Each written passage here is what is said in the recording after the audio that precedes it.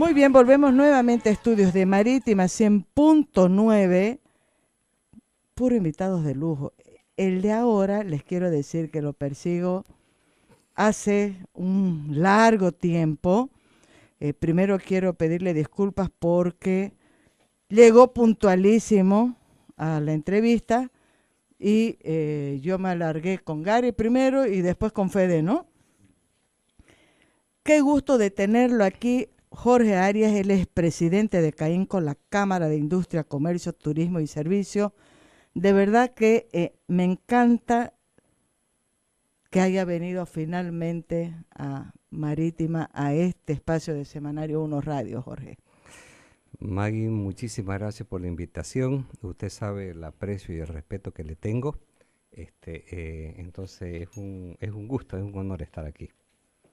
Querido Jorge, inevitable de hablar con usted de un tema que preocupa no solamente a los empresarios, ¿no?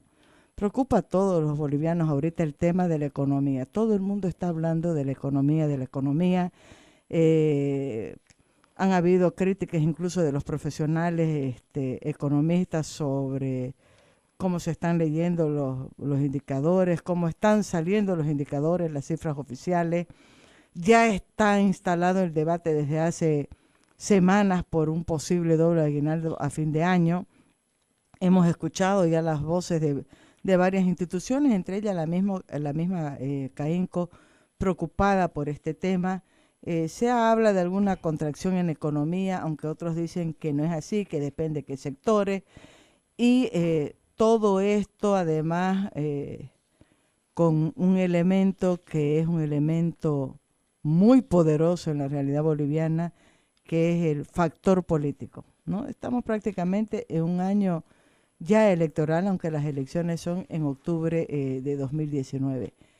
¿Cómo está viendo CAINCO, cómo está viendo el sector empresarial, Jorge, esta coyuntura nacional? Mire,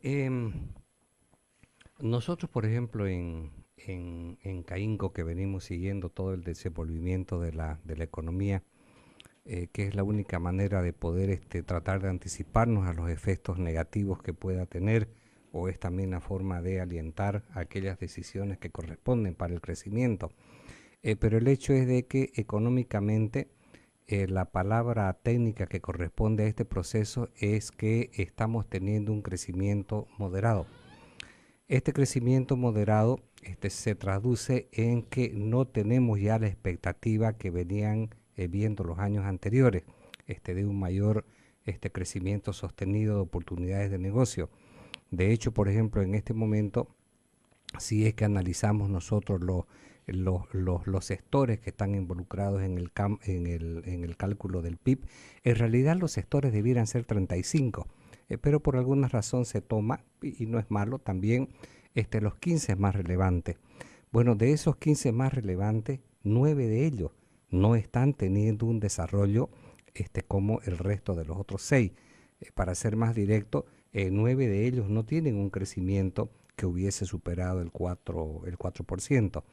Entonces, eso debe preocupar porque, y una de las razones es de que el mercado interno que teníamos en un determinado momento como un potencial significativo para que nuestra producción vaya a nuestro mercado interno, en este momento está bastante torpedeado por una serie de razones, por el contrabando, por la competitividad que están teniendo los otros países frente a Bolivia por el tipo de cambio fijo nuestro y una serie de la informalidad. Yo creo que si es que usted me pregunta cuál es la razón principal del atraso económico de Bolivia, está en la informalidad. La informalidad, porque la informalidad significa un desbalance en quienes tributan y en quienes no tributan. Aparte de las tasas tributarias, la administración tributaria también es un problema que hay que verlo con mucha madurez. Al final, cuando uno habla del tema de la informalidad, no es un tema tampoco fácil que con un decreto o una ley se vaya a solucionar. Pero el tema es que hay que comenzar. este tema de la informalidad de alguna manera surge en los años 80, que se estaba atravesando un periodo económico muy difícil. Entonces, me imagino de que una de las formas de permitir crear el sustento para mucha gente era que puedan desempeñar estas labores en la informalidad. Pero el país ya ha superado muchas de esas etapas, inclusive hemos tenido hasta en bonanza en años recientes. Ya, entonces se debió haber comenzado de una forma gradual, paulatina, firme y consciente para terminar con esta situación que desequilibra desfavorablemente toda iniciativa que puede hacer. Sobre eso tengo dos preguntas. Es la primera intervención que hace Jorge Arias, presidente de CAINCO. Tengo el gusto de contar con su presencia aquí en Semanario 1 Radio en Marítima en esta mañana 25 de agosto. No me equivoqué de la fecha, ¿no? Porque ando chipada con la fecha. Sí, Lo primero es, ¿cuáles son esos 9 sectores que no han logrado pasar el 4% de crecimiento? Estamos hablando que más de la mitad de los 15 sectores que están fijados como parámetros para medir el crecimiento de la economía boliviana. Sí, mire, si nosotros vemos, por ejemplo, el tema de la minería ha decrecido. Vemos la industria de alimentos, él tuvo un pequeño repunte, pero si se toma en cuenta años anteriores, en este momento el repunte que ha tenido alrededor del 4%, lo que engloba en otras industrias y una serie de otros sectores que en servicios empresariales, propiedad, vivienda, y creo que es más fácil referirse a los que sí han crecido. Ahora, el tema de este desbalance, que lo tengo aquí en mis ojos, esta información, pero yo creo que vale más la pena dar el mensaje conceptual, porque a veces el ciudadano se pierde en la cifra. El tema conceptual es que la economía no siempre crece a un nivel donde todos pueden aceptar la misma responsabilidad. En este caso, por ejemplo, de estos 15, tenemos 9 sectores que para ellos es prácticamente muy difícil, por no decir imposible, poder asumir una nueva carga adicional, que por otro lado, de acuerdo a nosotros, no corresponde. No es que los otros 6 sectores estén en una bonanza tan significativa que sí lo pueda hacer, pero por último, el esfuerzo proviene de una ley, hay que cumplirla. Pero el problema es que cuando se plantea el cumplimiento de la ley, esa ley debiera contemplar una posibilidad que no desgaste tanto a los esfuerzos que se hacen, porque al final todos nos vamos perjudicando. Se perjudica el Estado porque no recibe ingresos, se perjudica las inversiones, se perjudica el mismo trabajador. Fíjese cómo es el tema, ¿no? La carga esta no solamente es difícil, Maggie, para los privados. Para los privados, por ejemplo, este doble aguinaldo significan 660 millones de dólares. Significa que nosotros... Como carga adicional... Solamente le estoy hablando del doble aguinaldo, son 660 millones adicionales. Y fíjese usted que si consideramos nosotros las primas para aquellas empresas que hubiesen tenido la utilidad a los que cierran a junio o al diciembre pasado, significaría el pago de 18 sueldos en 12 meses. Entonces ya la carga ya se hace excesiva, se hace dificultosa. Le voy a dar un ejemplo. Cuando la COP propone el incremento salarial, recuerde usted que lo hace con el mínimo de 15% y el incremento salarial del 10%. Eso significaba un incremento en las planillas en porcentaje de 10.6%. Memorice esta cifra. El gobierno en ese momento lo consideró irresponsable el planteamiento de la COP. Y el gobierno propone algo más racional. que era el mínimo de 0% y el incremento salarial de 3.5%, que esto significaba un incremento de 3.1%, nosotros los empresarios lo encontramos razonable.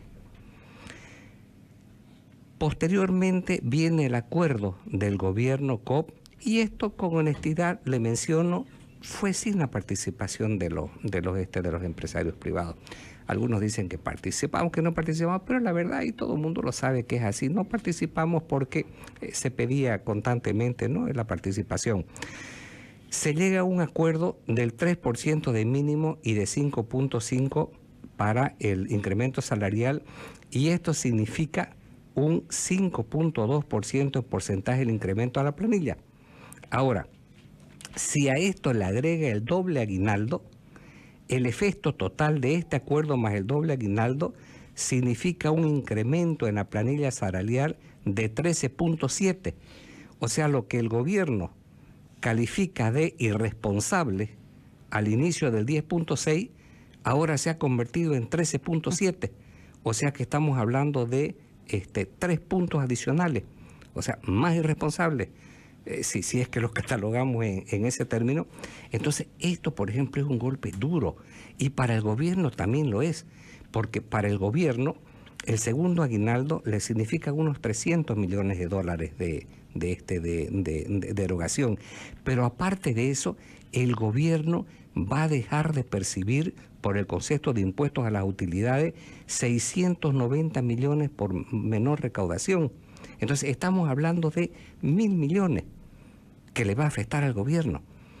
Esos 1.000 millones podrían tener un uso diferente, más racional, y que al final le dé estabilidad al trabajador. Porque en este momento yo creo que uno de los privilegios que tendríamos que tratar de conservar acá en Bolivia es que existe un incremento de indicadores macroeconómicos que dan estabilidad, que algunos le puedan dar más importancia, a otros menos, pero ya eso es un tema de un racionamiento ya un poco más más afectivo de cada persona, de acuerdo a su preferencia. Pero de que ha habido un crecimiento, hay. De que está viniendo un decrecimiento en este momento, también es una realidad. Por eso es que tenemos que buscar un entendimiento, una coordinación entre la parte pública y la privada, porque yo creo que si nos ponemos en una base sana de discusión, podemos lograr finalmente el desenvolvimiento de un país, tanto en lo económico, en lo social, en lo político. Todas las personas del mundo tienen 3 motivaciones: la motivación económica, la motivación social y la motivación psicológica. Nosotros, lógicamente, por las condiciones precarias que tenemos en nuestra economía, nuestra principal motivación está en el sustento económico. Pero tenemos que ir tratando de salir de esto, aspirando más. Yo a veces me pregunto y digo, ¿no?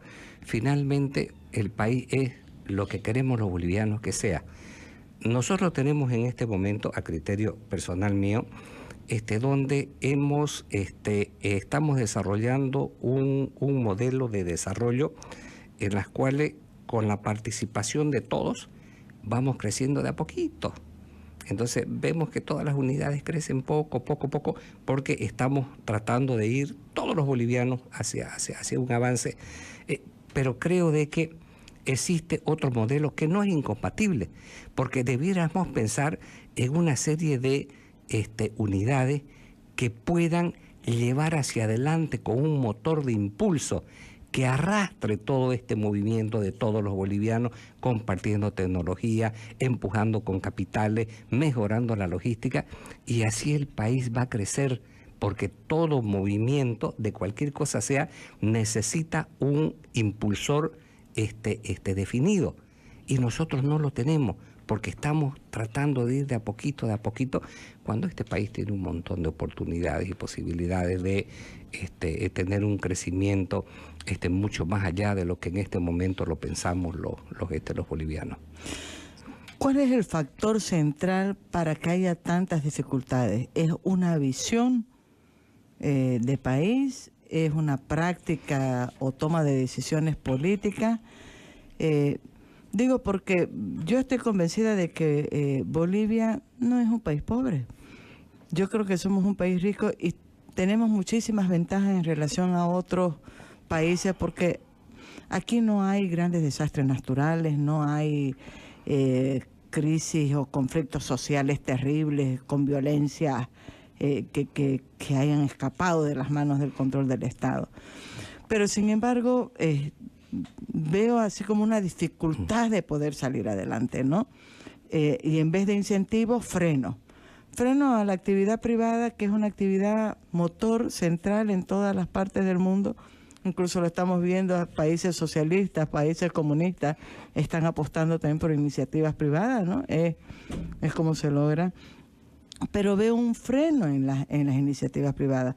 Usted hacía referencia a una carga que llega al 13.7% para las empresas en general y seguramente afectan más a las pequeñas que a las grandes, no sé, usted me dirá, que a veces la gente no tiene idea, la gente cree que los empresarios no quieren pagar el doble aguinaldo porque son tacaños, porque se quieren quedar con las ganancias y no tienen noción de estos datos que usted decía. Usted hablaba de 17, ¿cuántos sueldos?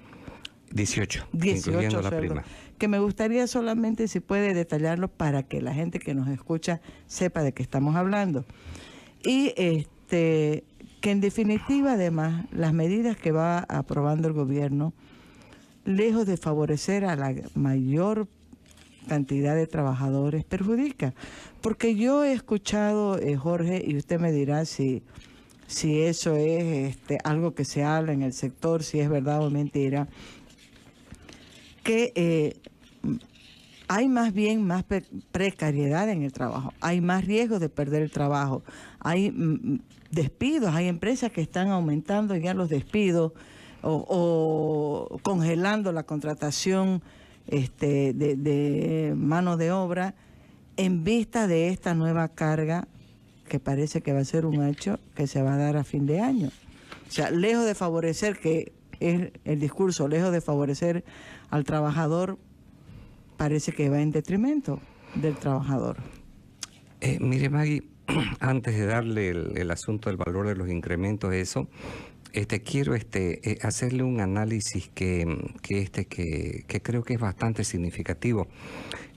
A veces las informaciones, y me imagino yo, por ejemplo, en el caso del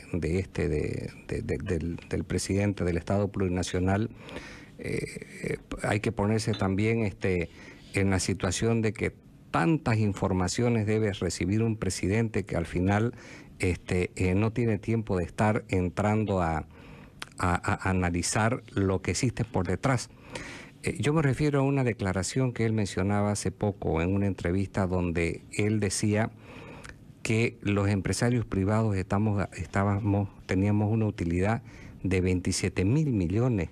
Hemos tenido una utilidad de 27.000 millones de bolivianos en el 2017.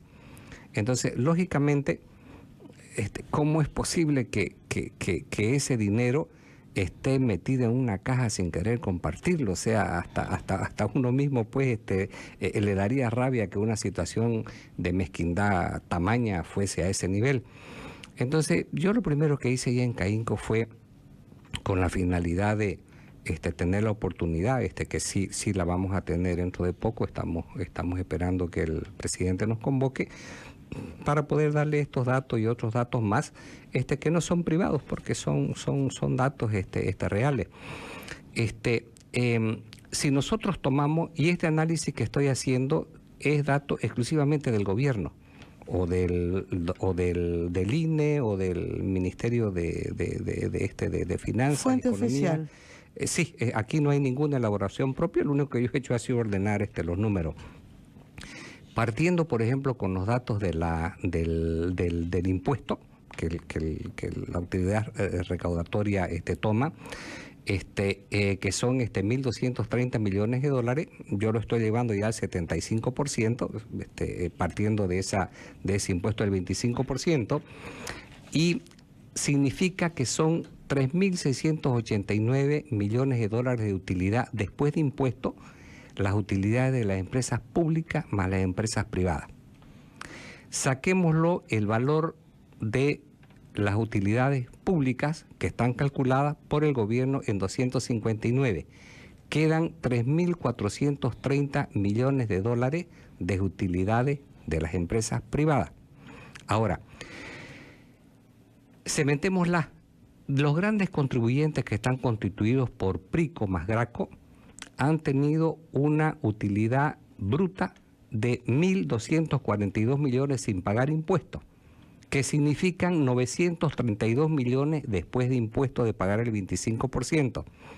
Si esos 932 millones lo dividimos entre las 3.810 empresas Prico, en promedio cada una está ganando de 244.000 dólares al año. Estos 244.000, si usted analiza que las empresas Pico y Graco son empresas que tienen inversiones de 1, 2, 3, 4, 5, 10, 15 millones de dólares, esta utilidad de 240.000 es una utilidad paupérrima. No llega ni al 0,5% ni a la mitad de 0,5%. Entonces, ¿dónde está la plata? Vamos al régimen general. Descontando lo que va a Prico, el régimen general les quedan 2.498 millones de utilidades netas. Si la divide entre las 282.675 empresas, a ellos les queda una utilidad de 8.800 dólares al año. Y si usted lo lleva más allá, el gobierno ha informado que las utilidades, incluyendo al sector de cuenta propia, que son los más significativos, esos formales, cuentas propias, etcétera, son 16.000 millones. Saquémosle a eso el valor de las utilidades públicas y privadas, que ya lo mencionamos, en el orden de los 4.920 millones de dólares, quedan 11.500 millones. Si esos 11.500 millones usted lo divide entre los 2.068.700 trabajadores, solamente le queda una utilidad de 5.500 dólares. Entonces, no está el dinero. Si usted suma un todo, por supuesto que hace la cantidad que mencionaba él de 27.000 millones, que son unos 3.800 millones, las cifras coinciden. El tema es que la realidad es diferente. El número absoluto hace perder. No representa la realidad. Entonces, estos cálculos, por eso es tan importante que el presidente tenga la información de los actores directos involucrados. Y somos los empresarios privados y son los trabajadores y es el gobierno, porque todos tenemos nuestra propia generación de datos y con eso sacamos las conclusiones. Nosotros queremos mencionarle eso. Nosotros estamos, queremos hacerle propuesta con la finalidad de que el ritmo de crecimiento y las posibilidades que tiene este país no se malogren por la caída de las ventas, de las utilidades. Para el gobierno también eso es muy esencial. Fíjese usted que la recaudación del IVA, por ejemplo, iba en un crecimiento del 15% entre el 2005 al 2015. Ahora, del 2015 a esta fecha, está alrededor de un 1%. Hay sectores que han decrecido sustancialmente, el restaurante, las ventas de pasajes, el consumo de energía eléctrica inclusive. Entonces, tenemos que hacer un esfuerzo juntos entre los tres actores para poder reactivar, porque tenemos la base. Felizmente hay una plataforma con la cual podemos anclarnos y de ahí poder desarrollarnos, pero tiene que ser con esfuerzos concertados y compartidos. ¿Cuándo ha sido la última vez que el sector se ha reunido con el presidente, Jorge? CAINCO con el presidente. Sí, mire, yo no quisiera responderle así para no dar confusiones a quienes nos escuchan. No sea malo, respóndame. Sí, perdón. Yo lo que creo es que lo importante es ver si es que existe un mecanismo de tener el diálogo con el gobierno. De hecho, nosotros hemos tenido la semana pasada una reunión con el ministro Romero, nos hemos reunido con él, parte de lo que estoy mencionando ahora se lo hemos dicho a él, y el día lunes tuvimos un almuerzo con el canciller. Fue un almuerzo bastante positivo, donde él nos dio oportunidad de hablar de estos términos generales, como él sí puede hablar con el presidente todos los días, nosotros no podemos. Por supuesto él es su canciller, nosotros no. Entonces, con la finalidad de que él pueda transmitir todas estas inquietudes, preocupaciones nuestras, y lo que sí hablamos directamente con él, que le atañe a él como canciller, es la necesidad que tenemos de buscar nuevos mercados para poder vender. O sea, no es posible que la mercadería nuestra, que tiene costos logísticos significativos por la posición geográfica que tiene Bolivia, lleguen a los mercados sin ningún acuerdo. Entonces, los otros productos que tienen acuerdos menores aranceles, entran con facilidad, y nosotros entramos en dificultades. Peor ahora, por ejemplo, que ha habido un traslado de un acuerdo complementario que teníamos como la comunidad andina, y ahora hemos tenido que migrar a un acuerdo con Mercosur, que no es complementario, es competitivo a lo nuestro. Entonces necesitamos, ahí hay una serie, le hemos mencionado los acuerdos de los países de la cuenca del Pacífico, necesitamos estar ahí, necesitamos el acuerdo multipartes con los europeos, porque el actual acuerdo que tenemos, la preferencia SP Plus, ya se están por terminar. Entonces él lo tomó nota de las razones que le dimos en ese momento, y ha quedado de darnos una respuesta inmediata. Entonces ese es el beneficio que se saca de los diálogos. Nosotros, por ejemplo, en la CAIN con Maggie, vamos a apostar siempre por el diálogo, y ese no es un tema de una preferencia personal mía, que la estoy ejerciendo ahora por ser presidente. Esa es una filosofía institucional de la CAINCO, que ya viene hace de mucho tiempo atrás, y ha sido definida por el directorio, y ha sido ponderada por la asamblea de todos los socios, de todos los empresarios, porque tenemos que apostar por el diálogo. No hay otra solución cómo poder manejar todas estas realidades tan complejas. Necesitamos un empuje para este país para poder seguir teniendo opción como país. Yo creo que el más interesado debería ser incluso el gobierno. Y la pregunta iba porque yo recuerdo muy bien, Jorge, un proceso de acercamiento que hubo entre el sector empresarial y CAINCO liderando, ¿no? Pues yo veo que CAINCO, sin querer desmerecer en absoluto a las otras instituciones del sector, ha logrado consolidar un liderazgo y una voz que está presente. Uno ve a CAINCO pronunciándose, sacando información, compartiendo información. Había un proceso de diálogo, incluso se establecieron mesas, me acuerdo, de discusión, había hasta una agenda de no sé cuántos puntos. El mismo vicepresidente en persona hacía parte de este proceso, y de repente ha habido como un congelamiento de ese proceso. Por eso le preguntaba, y como usted dice, la única forma de aclarar lo que no está bien informado, tanto para el sector empresarial como para el gobierno, es dialogando, y dialogando con los actores que de verdad tienen poder de decisión, ¿no? Había ese proceso, ¿se acuerda? De concertación, incluso han venido varias veces, las reuniones eran en CAINCO, muchas de ellas. Ha habido un estancamiento en eso, en un periodo que es un periodo muy difícil, que no depende solo de factores de nuestra economía, viene también de factores de la economía internacional, mundial. Sí, bueno, eso es cierto. En el pasado inmediato teníamos una agenda más, no diré más próxima, fluida, sino sí, más fluida con el gobierno.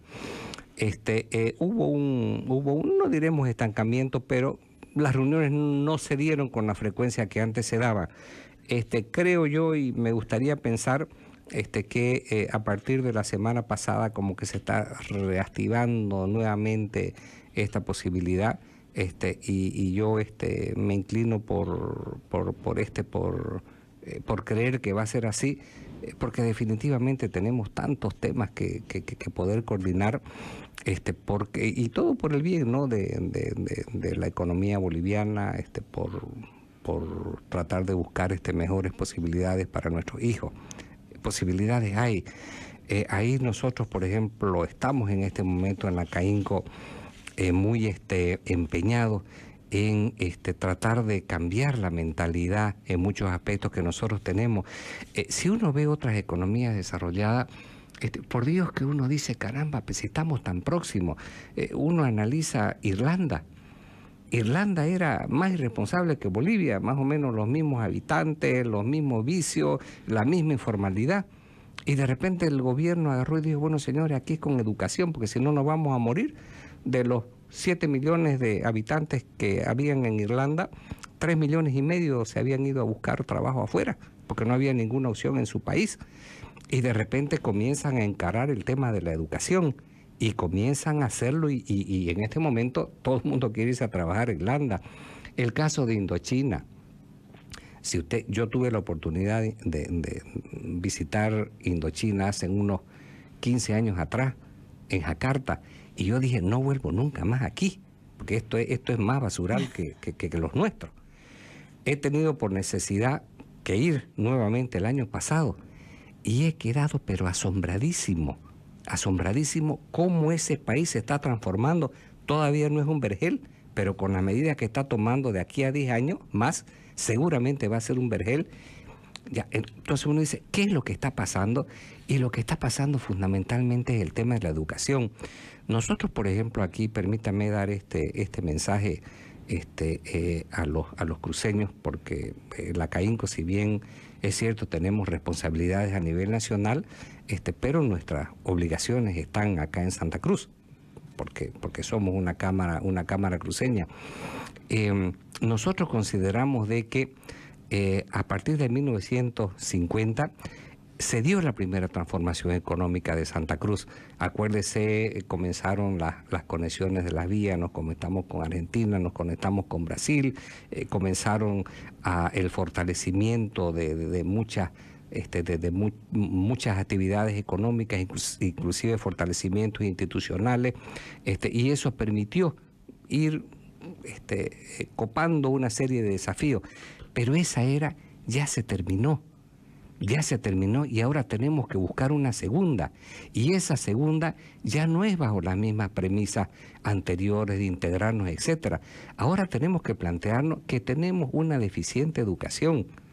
La educación nuestra no está orientada a formar emprendedores, innovadores. Simplemente está orientada a tener un cartón para buscar empleo. Por Dios, eso no está en el alma cruceña.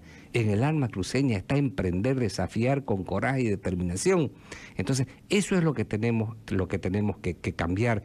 Tenemos que lograr una coordinación para tener un entendimiento público y privado. La ausencia de acuerdos productivos es lo que nos tiene retrasados. Por eso es que vamos a seguir apostando por el diálogo.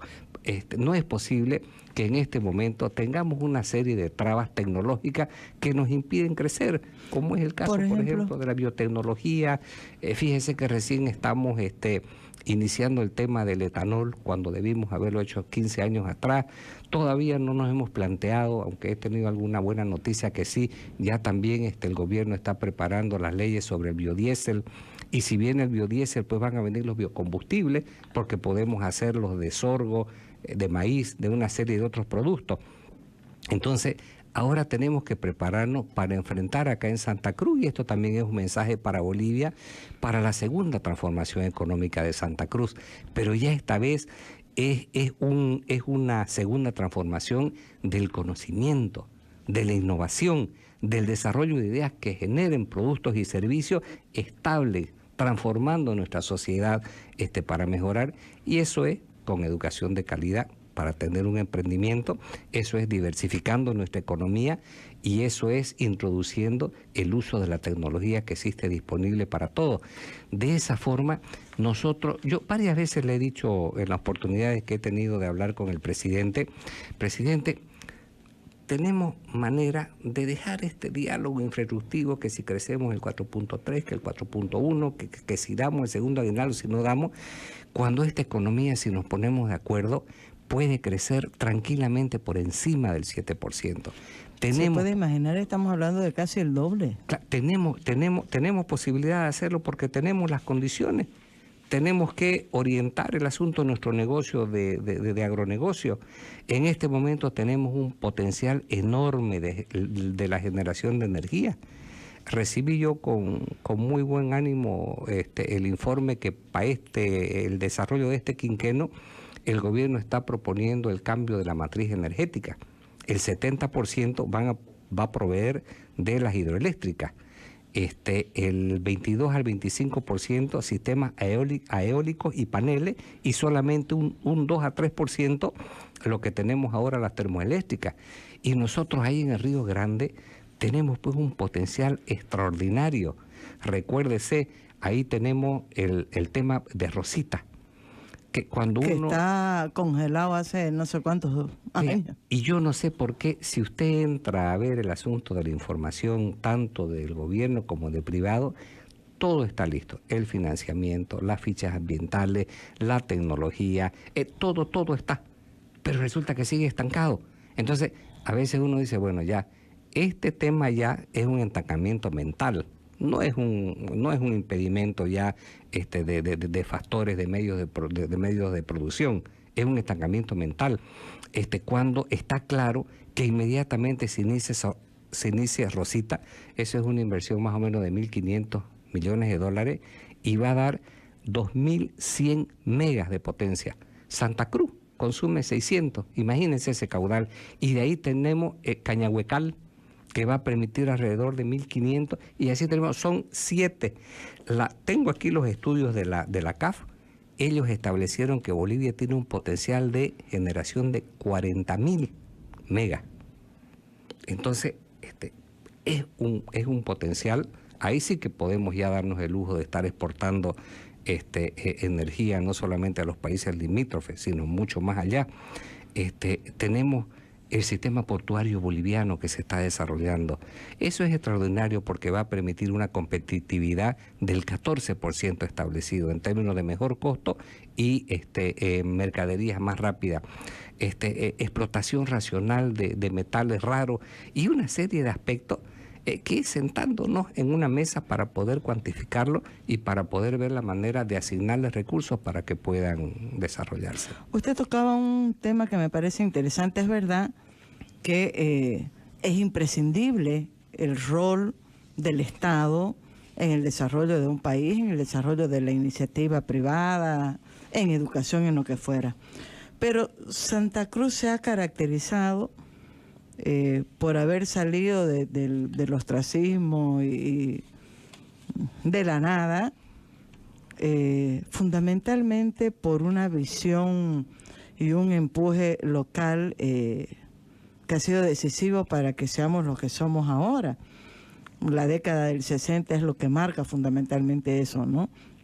El otro día vino una pareja de chilenos y con Karina Vargas comentándole cómo era Santa Cruz en los años 50 y cómo, digamos, tuvimos luz, agua, teléfono, las losetas, ¿no? No es que tenga que ser así solamente por esfuerzo solamente local, sin el respaldo del Estado. Pero ese ha sido un sello de Santa Cruz. Ese sello todavía está firme. Usted está hablando de una visión interesante. Me encanta escucharlo al presidente de CAINCO poniendo énfasis en el tema de educación como el principal factor de desarrollo, y en los países que usted ha nombrado, que son experiencias que están ya mostrando resultados. O sea, no es una teoría, está en la práctica, ¿no? ¿Qué está pasando ahorita con Santa Cruz, con ese sello, con esa impronta que tenía siempre de buscar soluciones más allá de si el Estado hace o no hace, abre o no abre puertas? Mire, yo creo que esa alma emprendedora del cruceño y la cruceña, ese coraje, esa determinación, esa visión, ese aplomo, es extraordinario.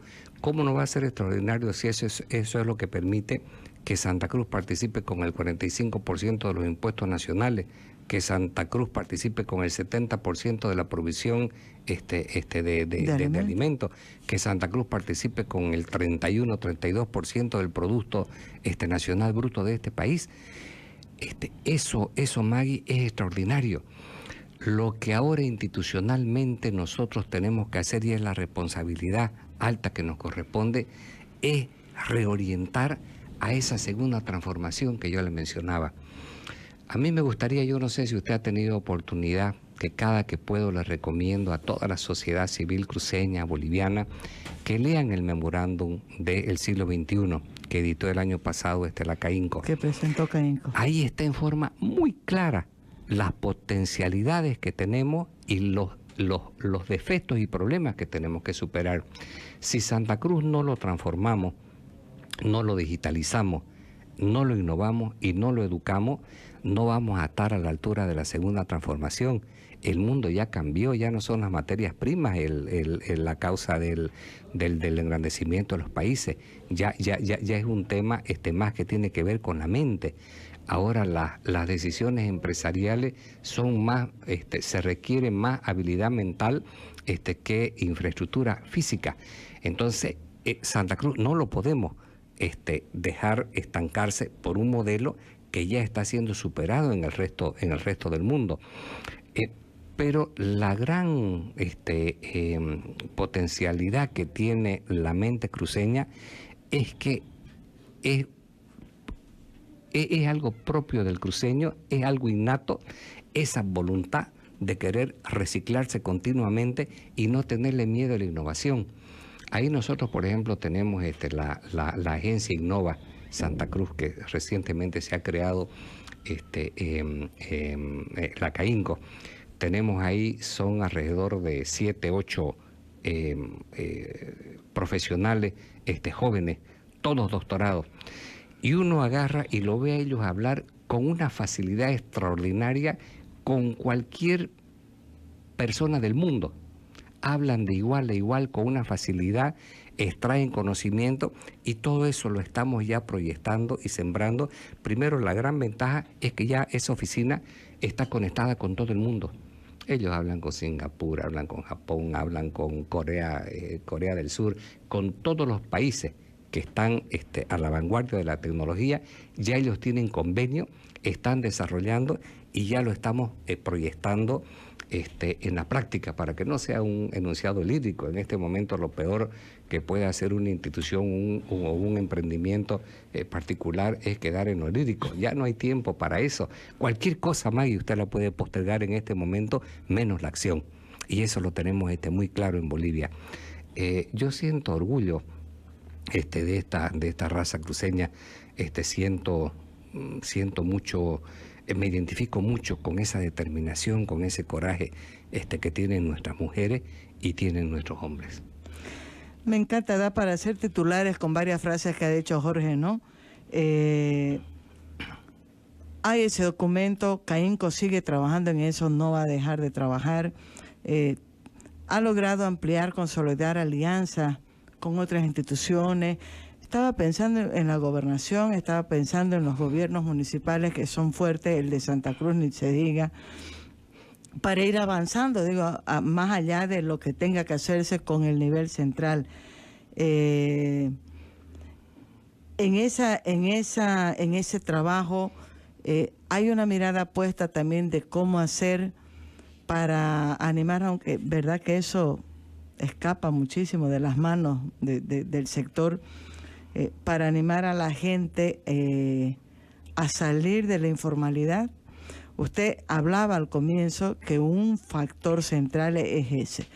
Y yo pensaba, y tengo esa percepción, no sé si usted coincide, hasta con Gabriel, creo que alguna vez hemos comentado, que yo siento un retroceso en los últimos años en muchos sectores. Y uno de ellos es eso, mucha gente que era formal prefiere nomás ser informal porque es muy difícil ser formal en nuestro país. ¿Cómo está trabajando CAINCO en esta área? Porque yo creo que sí, ese es un sector que afecta muchísimo a las empresas que están legalmente constituidas, que trabajan en la formalidad. Mire, ese es un problema mayúsculo. Por el gran porcentaje que tenemos en este momento, mire que viene en aumento. En este momento se calcula que esa informalidad ya está en el 70%. Entonces, el 30%... Es terrible ese dato. Sí, es terrible el dato. Entonces, y eso hay que comenzar a darle una dedicación para poder tener una acción, pero de manera rápida. Si no agarre, nos va a complicar tanto la situación que al final todo el modelo económico que pueda uno orientar o definir no va a tener una base de sustentación. El gobierno lo sabe. El gobierno lo sabe y yo creo de que ellos se están planteando también. Por otra parte, la gobernación también lo sabe. De hecho, la semana pasada hemos recibido todavía no la invitación concreta, pero sí la gobernación nos ha hecho saber que está preparando una reunión con las diferentes instituciones empresariales de Santa Cruz con la finalidad de poder encarar estos temas, ¿no? De informalidad, de las tasas impositivas, el exceso de la administración tributaria, porque al final la actividad formal se va ahogando con todos estos problemas, ¿no? Que doble aguinaldo, que 18 sueldos en 12 meses, que tasas impositivas altas, que una administración tributaria que llega a las empresas en búsqueda desesperada de dónde está el malo, dónde está el error, y cuando encuentra un error no se pregunta si es error voluntario o intencionado, el efecto es el mismo, seguir sacando este impuesto. Entonces, eso es lo que va ahuyentando al formal, donde dice, bueno, mejor, más cómodo es estar nomás en el sector informal, porque ahí no hay, si me va mal, no tengo ninguna consecuencia. Fíjese usted y piense, ¿qué pasa cuando le va mal a un formal? Cuando le va mal a un formal, ya no tiene ninguna opción para poder seguir adelante, porque aparte de que está mal, tiene que comenzar a ver todo el asunto del tema de las responsabilidades sociales, lo uno, lo otro, y desaparece. En ese sentido, la ley boliviana pues es muy punitiva, ¿no? Terrible. Sí, o sea, acá al que le va mal, murió ya sus posibilidades económicas, ya no tiene posibilidad para poder racionar para adelante. Entonces, todo ese equilibrio, hay maneras de equilibrarlo. Yo creo que los trabajadores también tienen que ser conscientes. Y tienen que ser conscientes porque en este momento la legislación solamente está protegiendo a 1.300.000 trabajadores. Pero los otros 5 millones de trabajadores que están ahí, ¿quién habla por ellos? ¿Cuándo van a poder ingresar también a un sistema formalizado? Entonces, este es un tema que es un desafío para todos, para los tres estamentos. Una más, Jorge. CAINCO está preocupado por lo que puede ser el final de este año, posible doble aguinaldo y un año electoral. Estamos hablando del gobierno, debe tener muchas preocupaciones, ¿no? Han bajado las reservas, hay previsión, la FP Previsión ya está pidiendo, ¿cómo se llama? Arbitraje internacional, porque no logran un acuerdo con el traspaso de los fondos de pensiones. O sea, hay factores que nos hacen ver más complicaciones en materia política y económica en el país de aquí hasta fines de 2019. CAINCO está preocupada, está tranquila, confiante. Sí, no, muy preocupada porque si no tomamos en consideración las decisiones acertadas en tema económico, se puede ver que la situación fiscal para el 2018 se complicaría. En este momento, fíjese usted que el déficit está alrededor del 7% del PIB. Y si no se toman las medidas adecuadas, podría situarse alrededor del 8.3. Eso ya estaría significando 3.232 millones de déficit fiscal, que es una situación ya que compromete pensar en planes de futuros crecimientos. Pero lo que yo creo es que todavía estamos a tiempo, todavía se puede hacer porque el país tiene muchas posibilidades, tiene recursos. Lo que necesitamos es ordenarnos, en todas las áreas. Necesitamos mercados, convenios de mercado, necesitamos mejorar los aspectos logísticos, necesitamos, esas son las cosas puntuales. Mire, le doy un ejemplo concreto de las cosas que se pueden hacer casi de forma inmediata para crecer a ese 7%, que no es lírico eso, es una ambición perfectamente que se puede conseguir. Con el tema nomás de la introducción de los transgénicos en la agricultura boliviana, ahí es susceptible de una campaña para otra, una vez habiendo elegido el evento que corresponde, poder aumentar, en el caso de la soya, por ejemplo, del 2.2% al 2.8%.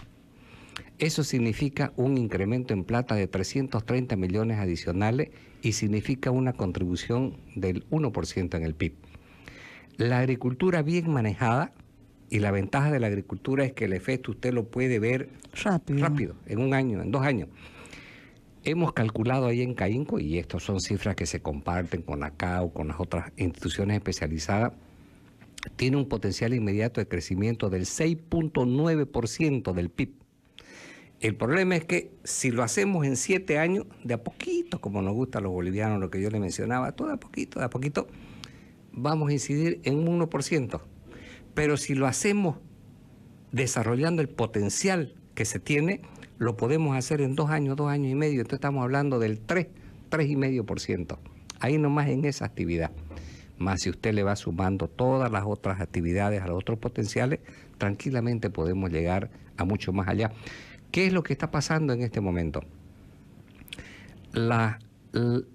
Ya que se mencionó el caso de la soya, la demanda de la industria es de 4,5 millones de toneladas.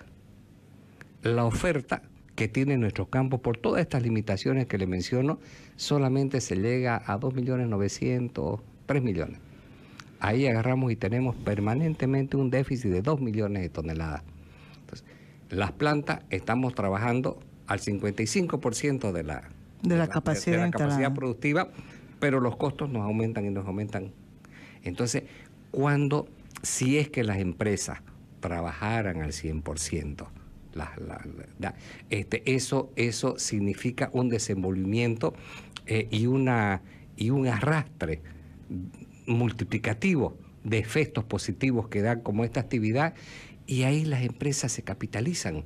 Entonces es posible ahí que las empresas estén más dispuestas al sacrificio, pero en una situación de deterioro, como estamos en este momento, cualquier sacrificio se hace imposible.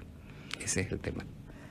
Vamos a esperar entonces para que estas primeras reuniones que han tenido con el ministro de Gobierno, con el canciller, puedan prosperar, porque no hay otra salida, es la única. Y yo creo que el más interesado debiera ser el gobierno, que está en situaciones muy difíciles. Vamos a estar acompañando el trabajo, las gestiones que haga Caínco, Jorge, para ver si hay algunas señales favorables. Sí, inmediata. Sí, yo confío en eso.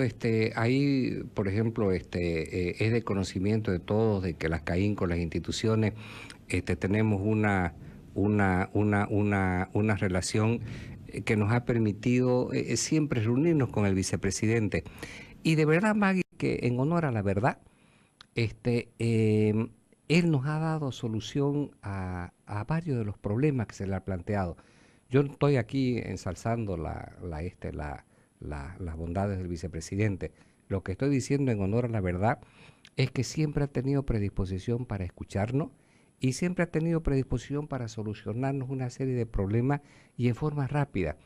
La verdad es que nosotros también en el último tiempo agobiado por tanto trabajo, se va uno mareando en las cosas cotidianas, tampoco hemos recurrido a él.